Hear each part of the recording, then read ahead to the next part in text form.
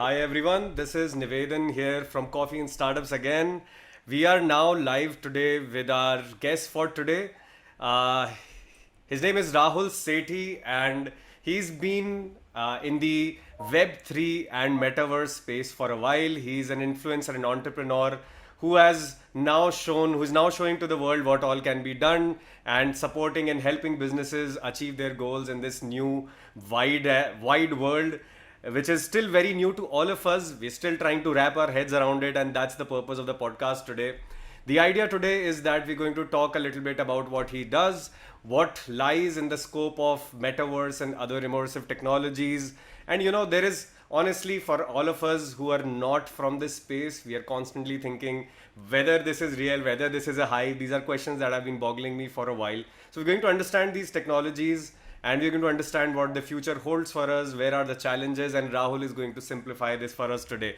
So, hi Rrahul, welcome to Coffee and Startups Show. And I'm very, very glad to have you here. Thank you so much for showing up. How are you doing today? Incredible, very good. Thank you very much, Nivedan, and the people are on this podcast. So thanks a lot for having me here. Amazing, amazing. So, Rahul, I want to kick this off by having a sense of, what is the work that you do. I want to know a little bit about you and your journey till here. So, please take it from here. Great. So in totality, about 22 years. Of that, 17 years as an entrepreneur, and the first 5 years with the company called HCL. So in the last 2.5 years or so, when my immersive tech journey started, I have gone through the cycles of doing augmented reality, virtual and mixed reality, and in the last 1 year, a little bit around a year, I was definitely super excited and interested in learning about the new metaverse. And the cryptos have been making news for about a year or two. And so I just tried to dig deep into it, and hence it's become a profession today. So I love talking about it, I love doing it, and I think it's an immense value that's going to bring to the humankind. So yeah, pretty much on the way. Amazing. I think yes, this is a very new world for all of us, whether it be cryptos, NFTs, metaverse, Web 3.0 as a whole. I think this is something that all of us are very kind of intrigued by. We are interested in the brave new world that is being charted in the virtual ways possible. Some people are even scared of it, but the fact that you've embraced it and chosen it as your profession says that you're someone who embraces the uncertainty rather than being pushed back by it. So I like that very much that you've made it into a proper profession now. So what does it mean for you today when you talk about Web 3.0, right? And metaverse? What we've seen is all the big promises by Mark Zuckerberg. We've seen that presentation. It showed us what was possible, but of course he also admitted that we're going to only be slowly building towards it by building an ecosystem. We need a lot of support from developers, from artists, and so on. This is something we could wrap our heads around, but where do we stand today? What is the situation with metaverse today, and more importantly, who should care about it and why? Sure. So uncertainty also has got certain in it. Like impossible has got possible in it. Hmm? Yeah, yeah. Um, Certainly, metaverse is a present and it's going to stay afloat. Hmm. It's a parallel world. We have been living in a very straightforward layman terms. When we started Web 1.0 was blogs, discussion forums. I clearly remember when I started my first company in 2005, we used to do a lot of blogs for our clients. Blogs had just come in, but discussion forums were most relevant in those days, and they were very mm, uh, basic threads that people used to maintain on a web page. We ended up going into a social media collaboration, reaching out people like the way I reached out to you on LinkedIn. Uh, has been a very interesting journey from discussion forums all the way to Hmm. knowing people on social media. And the content became king.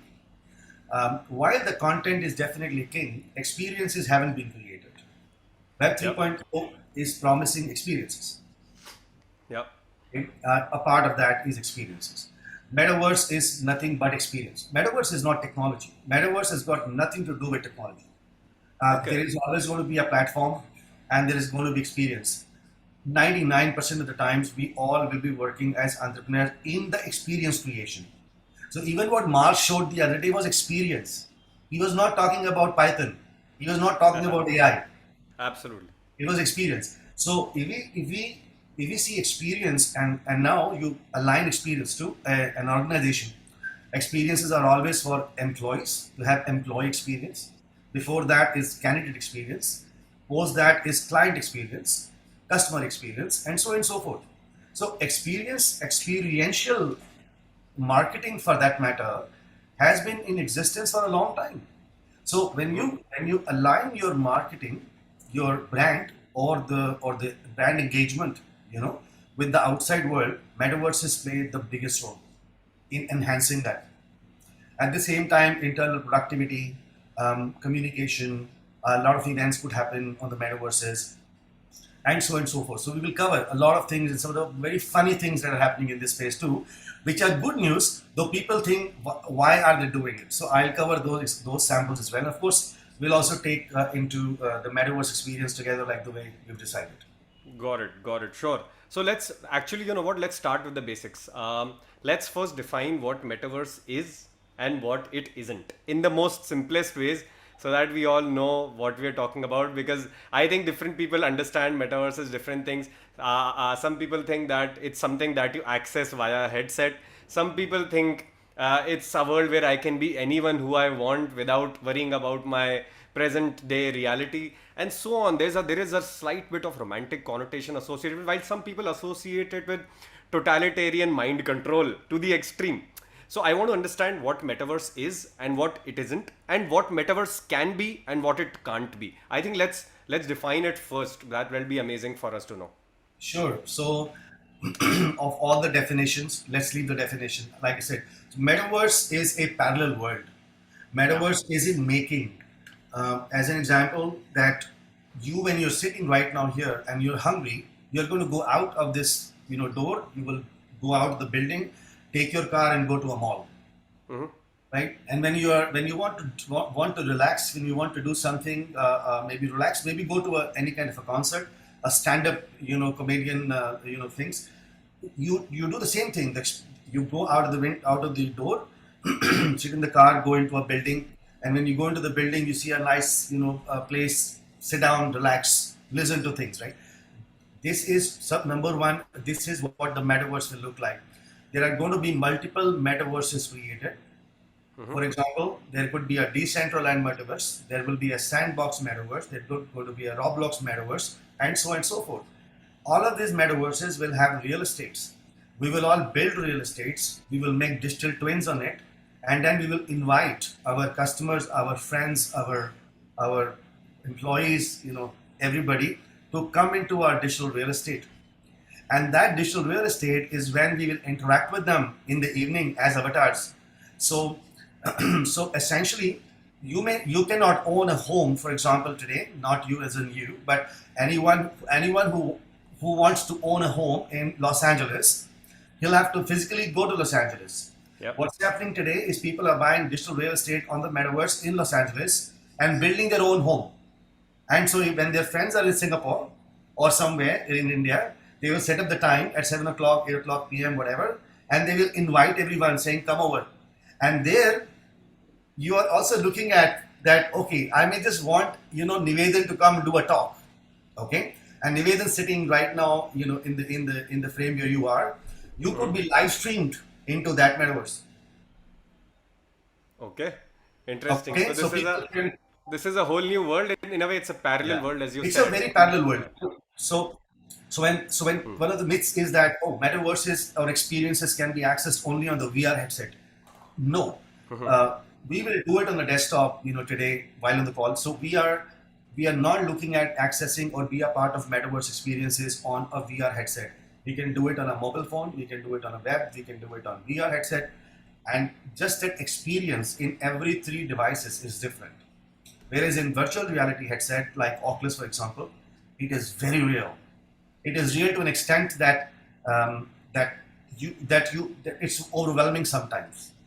Wow. Okay, it's so real. Hmm? Wow. Um, So Yeah, so let's do one thing. Let's have a taste of what the metaverse in present state looks like. You had something that you wanted to show us, and I think it's a good time for you to share your screen and share that experience. Sure, I'll just quickly do it.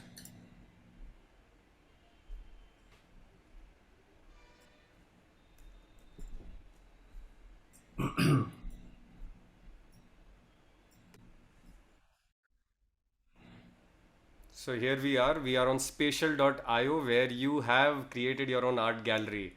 Now let's have a walkthrough of that.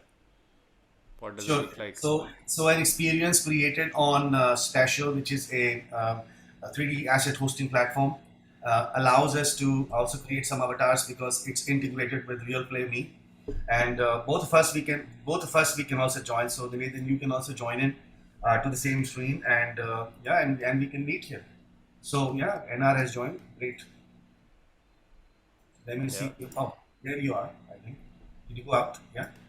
Yeah, There this software took my photograph, converted me into a bald avatar automatically, and literally that bald avatar has more hair than I have. So I'm sure it literally has more hair. So I like that about this. It's very intelligent. It's trying to it understands it needs to put some hair and compensate. So we'll grow it from here. So you see, it also made me very skinny, though I'm not. But so we can. So now the way we have done art galleries and the way we've presented or been into art galleries is very 2D. You know, this is not 2D. This is 3D. So Metaverse's platform offers something called a free will navigation. Which virtual reality could never do. So virtual Hmm. reality was a guided tour. I can go left, I can go right, I can zoom Yeah, in, zoom out. yeah. But I what hated those Metaverse is constraints. exactly now what Metaverses are doing is that they're actually bringing people as avatars to see the real time, art here. We can roam around, we can go where we want to go. So on to the right is another, painting. I want to kind of just sit down and see. So what one of the things I'm doing is to enhance this art gallery. This is my digital asset, and I can lease it out to artists Interesting. or when people do art galleries. So it's just a product I'm building. Okay, it'll have its own branding. I have all the digital assets. I can convert these digital assets into another copy. I can make them green. I can make them from brown to gray. Whatever color based on the theme of that art festival. Bring those artists and their work on the 3D 3D world, and let people come and collaborate. One of the things is if I turn on my camera here on the special, it'll show a small pop-up here on top of my head where you can actually see my face too. It'll activate the webcam, I'm and also trying to do that. Yeah. yeah, you can see I'm the Interesting. Okay. okay. So now, yeah, so we are now, if we mute Zoom and we can talk here, you know. Wow. Amazing. So we can Okay. talk here. There's a mute unmute button, so we can even talk here. So now one of, I mean, this is just one possibility. Right now, go ahead, think about it. There is a new age, sort of some product launch you're doing. All right, you want to attract Gen Z. You want them to experience your product, right? You want to do some live events here. I can have a live event here being done somewhere. I can choose. In fact, yesterday I was talking to my one of my other associates. Just come here towards me, where you see the one wooden bars. Yeah, I can Huh? from here. Sure. Now see, this is where you see the scene. What we were thinking yesterday was just come closer to that, okay, and you can see outside. So what we're thinking is, how can we make a nice, external, experience? People can also, be here. Going forward, you will have effects. For example, I want winds, and if someone has got hair, the hair will also move when the winds will come. This is going to be a very real time experience creation. Doing number of doing couple of events here, like I may have some master artists come here. I can holoport it, in the sense that I want to holoport an artist here on this particular area. I can have him holoport from his home as a digital avatar and talking about this particular art, and he can also maneuver around. Plus, my avatars can talk to that master artist and ask a question, either one-on-one or either in a group. Got it. So So tell me something. In this current form, present form, I see that it is like an art, and let's just specifically talk about this experience, and then by extension, maybe we can visualize something more. So at this point, how I see it is, it's like the Zoom experience on steroids. It's it's absolutely. it's basically it's basically people coming together for a common purpose, where the purpose can be anything defined by whoever. It can be an art gallery, it can be a concert, or it can be a business meeting. As you said, the artist can give a walkthrough, literally. All of those are possibilities. But I'm just thinking in my head, I could do all of that on Zoom technically by having multiple participants. Now, what is the difference between this experience and the Zoom experience, apart from the visual distinction that it clearly has? And I'm assuming that it's going to become much, much better. The quality of graphics that are being rendered are going to become realistic with time, so that it kind of parallels our real world. So help me understand, what is the key distinction I must notice today? Okay, so experience creation in a 3D format, coming along as avatars, switching on the camera, talking to each other, all of what happens here on Zoom too. But how do you bring and holoport someone into an environment where you can have a real-time product demonstration? So say you're launching a new product, and Mm-hmm. you want that product to be a 3D, sort of render. You want people to come and play around with that 3D product. This Got is it. what we're doing over here too. So you will have some sculptures that you can pretty much see by moving your mouse, and on the avatar you can see, and you can revolve them Perfect. all So edges. I can have three-dimensional interactions. Number one, I can have more realistic spaces. Number two, Exactly. makes sense. So all the use cases where there is certain degree of creative visualization needed, maybe, and this is where the idea of art, architecture, and everything can happen. I can imagine that. Fair enough. What other use cases do you think a similar For setup can have? for businesses, I see it to be a great tool for doing town halls. In businesses today, what's going on is that, hey, you come into a Zoom call, there's the CEO talking for the last 45 minutes.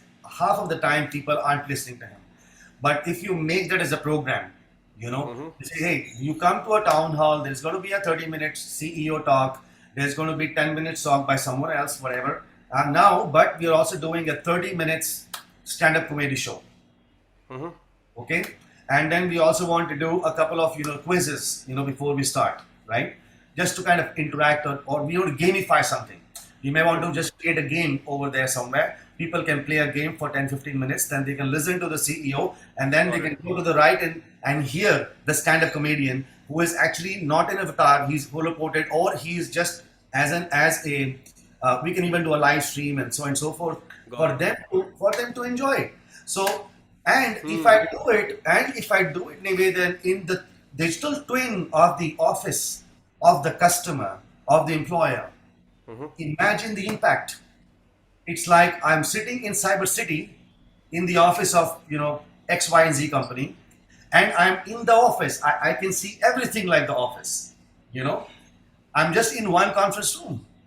So people have a relatability, okay, because we have sense of ownership to our seat. We have sense of ownership to our environment. We get connected with people. That's why people say, hey, don't change seats when you're in the office. People get disconnected. So if you are saying a same digital twin for all the employees come and do events, I did recently. I did on 29th of April. I did an event where with Mint, HT Mint, where I took the first AI summit of HT Mint on the Metaverse. That was on 29th of April in the Leela Chanakyapuri here in Delhi. Okay. So there were 100 CIOs in the Leela Chanakyapuri, all right, and about 25 to 30 CIOs and other senior leaders on the Metaverse. And I was live streaming myself and the whole physical, ballroom on the Metaverse, And how are they right? looking at you via screen? Yeah, so I had a large LED. I've got a YouTube video. I'll share it with you. There's a little clip over there. You can just see it Okay. because yeah, it's on the program on YouTube, the HT AI Mint Summit. So I'll send out to you where the small clip is, and you can even add that or even let people see it if you want. Sure. I think if you can share the clip, we can put that clip here right at this point. A few seconds of that clip. I think that'll be useful. Okay, let me do that. Yeah, actually, yeah. If you have that, we can should see that clip right away on a share screen. The other part is where the applicability of metaverse is what we'll talk. One of the top 5 consulting firms reached out to us and said they would like to have their employees engage with each other. And one of the problems they face is when the employees come on the Zoom call or they come on any other Teams call, they do not switch on the camera. But it's true. So I'm doing an engagement or an employee engagement, sort of exercise. I've got all my people in my team working towards this for many, many weeks. I've got 500 people with only 30 people on camera. 470 doesn't want to. The matter of fact is, yeah, people don't want to show their faces on camera, which is fair. But when you make an interactive session like that, they interact, they anyways feel good, they anyways can talk to each other. This may be a better way than simply asking anybody to go and switch on the camera. Well, switching on the camera is one part of it. So yeah, I mean, this is the world that we're living in. So I am on the floor. I am on the floor, and then we created one second ballroom, like a free will navigation to the second ballroom. So behind me is the main LED, the wall LED at the summit, and the avatars behind me are actually on the same physical ballroom setup that we had physical too.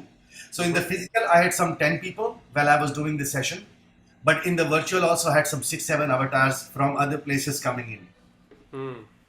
Okay, so this is the level of interactivity that you can create. Now see, there is a sense of ownership, right? So you see the place, you're able to experience it.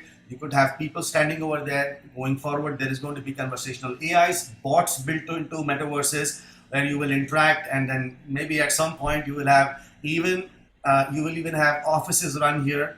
So from the news perspective, I'd like to share this with all the audiences.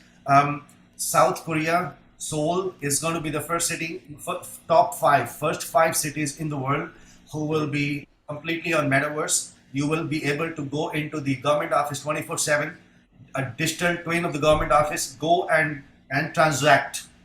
Wow. So this is a very experiential opportunity for all of us. Next time when we come on sessions like that, we can invite other people to come speak. We can live telecast them. We can have product demos. We can have town halls. We are just going to be having we are going to be having concerts on Metaverse very soon. In fact, they're happening. Some people have done it. Snoop Dogg, I think, Justin Bieber. These two names I remember. They've done their concerts. I'm sure there are many more. However, I don't know what it meant to really attend that concert. I mean, I can attend that concert once or twice just to check out what does it feel like to attend it in Metaverse. But I think I would like to have that experience before making an opinion on it. Because it's something that you definitely want to try, but you don't know if you want to keep doing it until you really have tasted it once. The beauty of this, one of the ways which I think we are really there's one thing which is not adding value to what we are trying to do is this world called Metaverse. For some reason, we are stuck with Metaverse. And in my conversation, again and again, I say experience creation. But Metaverse is too big. Actually, experience creation is the real world. We are experiential in nature. So Justin Bieber will not look good, and you would not want to hear him on a Zoom, and there is no other choice than to go physically there. Hence, you want to go into a 3D free will navigation mall where you have Justin Bieber in one of the concert areas. And if you're bored, you can come out and go into a store, H&M store. That makes sense. And then you can go around and do what you want to do in the H&M store. In the Snoop Dogg concert, there was an NFT, a shoe startup NFT, who sold millions of dollars of shoe NFT in a matter of 4 to 6 hours.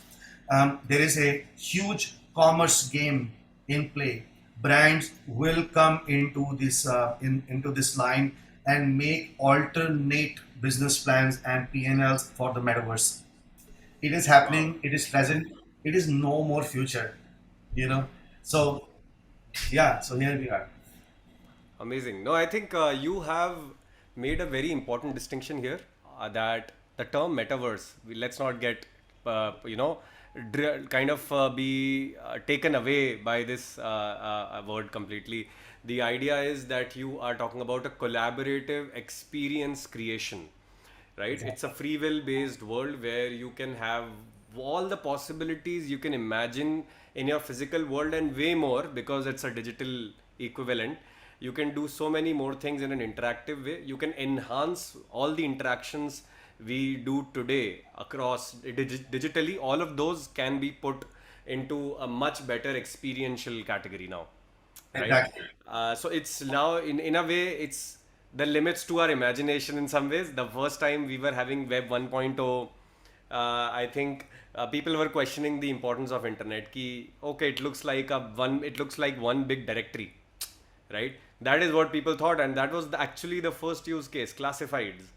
People said, okay, मुझे ये बेचना है, तुम्हें ये खरीदना है, let's post it somewhere and we'll, you know, it was very weird for people to imagine that we'll be talking through internet and seeing each other through internet. So similarly, I think that could be the story of Web 3.0 and Metaverse, where we are yet to see what human mind is capable of in delivering an experience like that. Exactly. Excuse me. Thank you. Yeah. So So I like that. I think, yeah, please go on. yeah. So what will happen over the next 1 or 2 years is it's going to be a lot of collaboration, and the collaboration will start from companies who are forward looking, want to create experiences for their clients. They will reach out to designers. They will reach out and to cinematographers. They will reach out to more creative folks, communication, brand, and all that, and say, okay, listen, I want to launch my product, but I don't want to launch it in a metaverse. I want to create an experience. So elements of are the building blocks of metaverse will come into the into the play here, and hence people will now have a collaborative environment. I and you, if we want to go into a ballroom of Taj Mansingh in Delhi to attend a certain, to attend a particular networking session, and Hmm. if we are unable to do it, we don't want to be on a Zoom. We want to be with people as avatars. So a collaboration of offline events with online is 100% happening today. And Hmm. I've shown you what I've done at the HT event is a clear sample of how people get so mesmerized by looking at what they cannot see physically, and yet they're able to experience that in a 3D format. Interesting. So that brings me to another question. To enjoy this experience fully, how important is it that I have a, immersive headset hardware versus a regular screen setup that we just tried out? I would say have a 3D headset, have a Oculus or some other immersive headset. Got it. It's good. However, you cannot use the immersive headset or similar devices for a very long time because we're not used to. Yeah. So it is always going to be in certain things you want to use that product. A certain times you may not want to use that, and see, let's not create anything. Let's not think of devices as oh my gosh, how do I know which one I will use? I think we have all prepared ourselves. Do we really have this call on a mobile phone on Zoom? No, because this call is of relevance. This call is Hmm. about sharing screen, so it has to happen on a laptop, Yeah. right? But if I was going into a general team meeting, or a general status update call with the client, I would have just logged in from Zoom. So these devices are also going to be very, in future will become a very normal piece of a device on your desk, and you will have an Oculus only wear Oculus that you really want to do, and it's going to be always depend on what people want to experience and when they want to experience. You cannot push people saying, hey, you can only access this on a VR headset. You see what I mean? Hmm. So Got it. let the human brain decide. And Yeah. there is going to be certain times when you would want to do that. There's going to be Fair enough. certain times when you don't want to do that. Fair enough. Yeah, I think we make that call today as well. Mobile पे क्या करना है, laptop पे क्या करना है, iPad पे क्या करना है, real world में क्या करना है, and so Exactly. on. We make those distinctions. I think that becomes more intuitive to us. It's not that big a concern. And then in that case, because many people have raised concerns around headset. It's basically a screen glued closer to your eye. In at the end of it, of course, I've tried it out in some formats and I liked it. What are the possible hardware evolution that can happen, which will make this experience even richer and simpler and convenient? Are there any upcoming technologies there? Um, uh, in India, wait for the Geo Tesseract glass. Most likely could be launched anytime this year. They've been Wow, speaking about launching it last year too. Geo Tesseract glass. Yes, it's going to be augmented reality, to some extent a mixed reality kind of a Got it. competence sort of device. Is it like I Google still call Lens? it a AR, better than Google Lens, Got it. much better, much better. It's going to be having a competency of really bringing 3D content to life without a closed eye format of Oculus. In Oculus, the Amazing. problem is that it's all closed, so you're 100% immersive. What these guys are doing is they're creating glasses like that, where you have a transparent glass, you're able to see it, but then the content of 3D is transposed between the physical object and your device. So it's pretty much Amazing. Does it have like in a? the middle. Does it? I think there was a term I remember. I don't remember correctly, but was it retina projector or something? Oh, Like yeah. that. So It is. if Yeah. you've heard about Microsoft's HoloLens, Yes. Yes. They do something like so this. yeah, so basically, yeah, it's going to be pretty much in line to HoloLens, but HoloLens is far way sophisticated, and for general purposes, you don't need that Got it. sophistication on a device, and hence Geo Tesseract, we can wait for it. In India, I think once these devices are actually becoming more and more every single day, new devices coming, devices from China. A lot of people from China reach out to me saying, "Hey, we have got certain device which is much better than Oculus." And then they say, "Oh, I will send you a sample. Can you do a how-to for us, like an explainer video for us?" And I kind of think about it. Okay, fine. Let me first see it. And then once I see it, I know, okay, fine, it works. How much it works, but it is still evolving. So give it this year. I think we will have many types of devices, just the way things have happened with us on mobile. Got 100 it. types of companies, 100 types of devices. Similar thing is going to happen with AR, VR, and MR. We are already in that era. We don't have to really wait for that era to be in maybe 6 years later. You know, Yeah. and and all these experiences, everything kind of makes sense on those devices. Yeah, Got it. Got it. Cool. So let's. I think we can. I would like to understand one more section, and then maybe if you have something in mind, you can share. Um, I wanted to understand as two kinds of entities, as a business and as an individual, a consumer essentially. What are the things today that you recommend I should look at? For example, are there any softwares, tools, platforms, resources out there as a business, one, and as an individual where I can go get a taste of metaverse, or rather this collaborative experiential world that we're creating? How do I get a taste of that and build my own understanding, my own visualization of the possibilities that lie, and then I can start thinking creatively myself, and then maybe I can approach you to brainstorm. Okay, you know what? I saw this, and this particular platform, this particular website, and I think this might be possible and it may be great for my business. What do you think, and how can we create that, right? So how do you give me that taste? What are those resources? I think that would be a great takeaway for people who are watching this. sure, sure, great. So for businesses, one of the most important things that businesses must look at is discovering the immersive experiences they want to create for their clients. Yeah. I think it's not one size fit all. It's not just one apple that will fit in every single business. But typically, some Very businesses have most businesses have some common processes, some common interactions. Let's talk about that at least. sure. So I think for internal processes around employees, candidates, engagement, couple of events that people do it today on different sort of platforms. All of them could be brought into gamified learning, for example, could be brought into Okay. a 3D immersive space.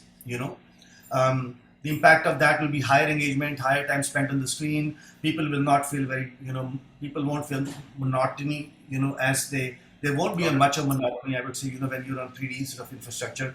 Mm-hmm. So internally, internal processes for product, for people performance and productivity management, etc. That is very good to have, to see these technologies.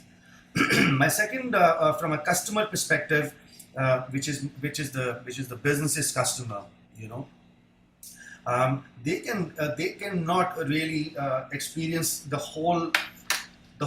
They can't be a part of the ecosystem on day one, because I think they're still not being reached out by many companies, and they're still highly uneducated about the concept of 3D immersive experiences. I think the organizations who are looking at to create experience centers for their clients, Mm-hmm. you know will result in having more interactivity with their clients, and hence their customers will also come to know more about their product in a Mm. 3D immersive environment. So like I said, just to conclude, businesses internal productivity, people performance, and productivity enhancement, etc. Very good tool, I think, for internal teams to look at it and use it. Products like Spatial, other products similar to Spatial, Mm-hmm. Sandbox, they actually help to create different types of experiences. There could be gamified experiences and things like that. On the customer perspective, as to how they can be engaged on the immersiveness, is, I think, mainly creating a experience center for the Mm-hmm. end customer. And an experience center constitutes a lot of things. It has the history of the product, the use of the product, the use case of the product, the Mm. different types of product variations that are there, and people can click and experience that product. And because if it's in the 3D format, they can revolve around 360 and then use it and see. Mm. So hence that leads to a more engaging end customer for businesses. you Got it. know so for them, I would recommend reaching out and reading blogs about recently, and don't go to YouTube. Try to read, not go and see. I think people tend to see a lot on YouTube, and then it becomes a haywire. I think good you will be that if you can read about the opportunities, extra. So that's my sort of Awesome. take on Cool. businesses and clients. Got it, got it. And there is the one last thing that I had in mind was you mentioned there is a lot of digital real estate being sold on Decentraland, Sandbox. These are essentially platforms where you can co-create, right? Yeah. And they have their own uniqueness, and they share the same ethos of building a virtual experience, right? Now, what I want to understand is what is the scope for real estate out there? What does it mean? I mean, uh, uh, is that real estate real? Is first question, right? And I'm asking this question as someone who we are into a family business of real estate, and I mean, the value of something comes from the scarcity of it. That is why always the land in developing areas keeps going up and up in prices. However, when you talk about flats, apartments, typically they don't appreciate too much. So let's just talk about this simple premise that let's say in Decentraland or whichever choice of platform for metaverse, I want to go and look at it as an investor today. Okay. I may be an architect, I may be a builder, designer, whoever, and I can go create those elements, assets, and sell them as an NFTs. That much I understand. For someone else who wants to create an experience, that is a whole new economy that is coming up. I think that's easier to understand. However, as an investor, what does it mean today? Because it seems like, oh, this world is infinite in some ways. If it is infinite, then what does it mean to invest in a scarce resource? So simply from that point of view, for people who are interested in not just crypto but metaverse and virtual real estate investing, what advice do you have? What should we do? Great. Good. So when cities are made and when cities are built, always there will be a lot of space available. There will be certain builders who will come. They will create a periphery, and inside the periphery, they'll start creating basic amenities like clubhouse, irrigation, water, electricity, and all those kind of infrastructure related things. And then is where we kind of go and either want to buy a land or we want to buy an apartment, whatever, we do that. Correct. Um, in the parallel world, we do almost the same thing, Okay. almost, right? So now what happens here is I choose a real estate, and I can choose a real estate where I want to. So it could be Los Angeles, it could be Laguna Islands, Laguna Beach, it could be in LA, or it could be in central sort of west coast, east coast, whatever. So when I choose a land, I basically mint the land. So this is minting, right? So now I have to mint, and mint involves money because you're essentially minting the digital assets. When you mint them and it has gotten a value, and that value is only till the time nobody else comes and wants the same minted land that you have, because certainly where you took the land, or where you minted your land, or towards the left Justin Bieber bought the land. So everybody wants to be the neighbor of Justin Bieber on the metaverse, and a lot of people have made millions of dollars just because of that. They went and had an ownership of a little piece of land on the left, on the right. Some celebrity came and said, "Hey, I want to make my own place here." Right? So the second thing is, when you want to do it, you also want to make your digital home incredibly impressive, and for that you also need some art, excuse me. Or for that you need a very good, very finished walls, and definitely very designery home. You know, Yeah. so what you can do is you start involving and buying NFTs from your co-creators and putting them onto your digital real estate. Okay. One of the very recent examples which I saw before I come to the NFT commercialization was a gentleman actually made a digital real estate on a certain portal. I think it was Spatial, where he wants people to come in helicopter. So I'll explain to you how it works. Okay. So I have a home in X place, and I invite you to come to that home at 6 o'clock. You wear the desk, the Oculus headset. When you wear it, you press a button because you got to start somewhere. So you press a button, go to Rahul's home. What you see yourself is sitting in a helicopter, and next to you is a pilot, and you see the same vibration. Tuk, tuk, tuk, tuk, tuk, tuk, tuk, tuk, tuk, tuk. Okay, and then it takes you through hills and mountains, right? And it goes and lands into the helipad of that guy's home.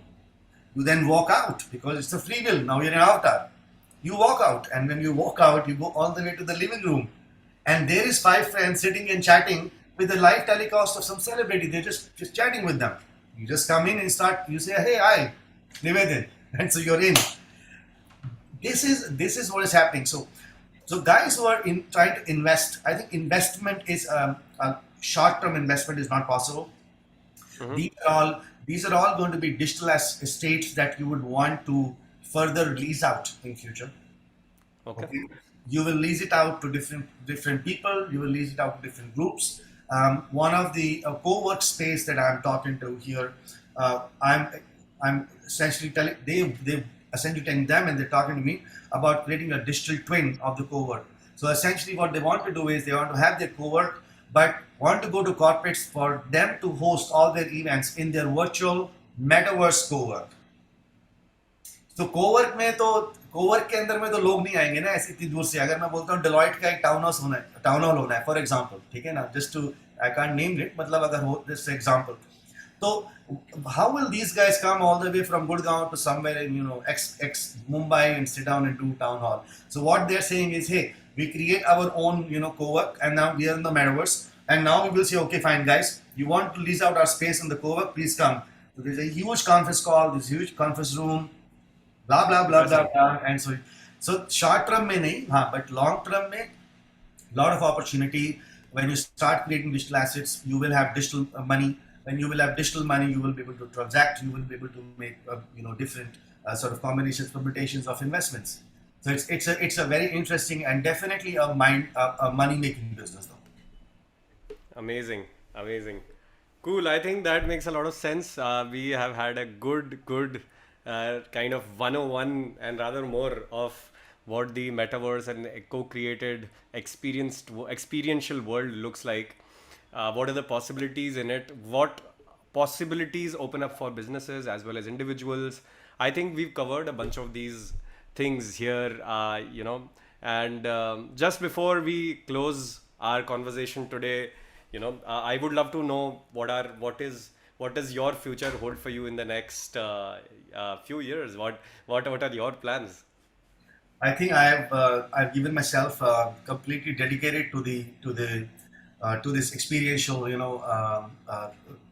experience creation, across now. So I am very excited to working with some forward-looking clients, doing discovery calls with them, trying to understand what and how immersive technologies and what kind of what what kind of things what kind of transformations are possible because of immersive technology. And when you start to work with these very creative, brand and business people, I think I learn more. But I just kind of ask right questions and try to get Interesting. more and more solutions on the plate. At the same time, I do a lot of other engagements, so it's keeping me busy, and I'm enjoying.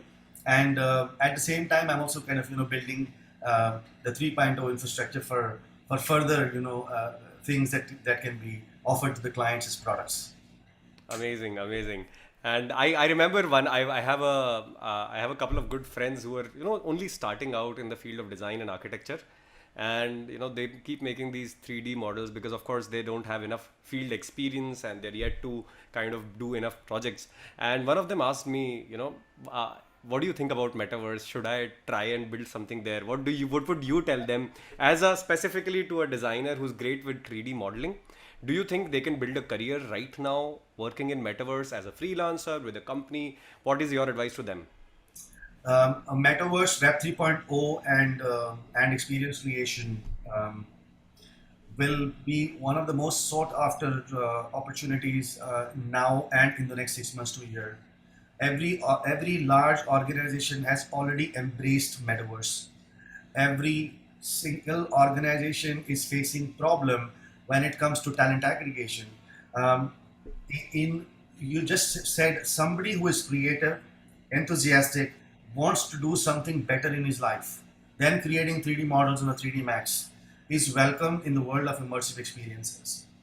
And And can they make money out of it today?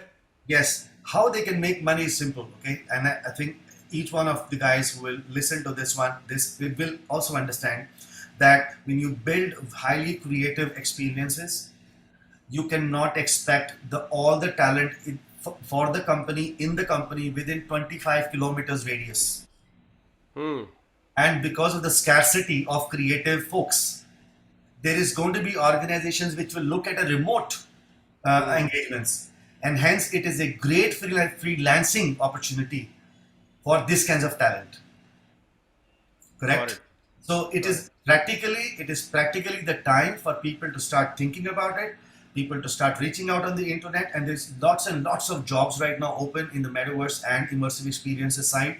I think they should just quickly hop on to with someone, try to do a couple of pilot projects once or twice or thrice. They do pilot projects, they will be much more equipped to go ahead and work with forward-doing clients. And Amazing. I am on a lookout for people like that always, by the way. Great, great. Yeah, I think for the forward-looking, more optimistic people who are also creative, I think this world holds quite a lot for them. Absolutely.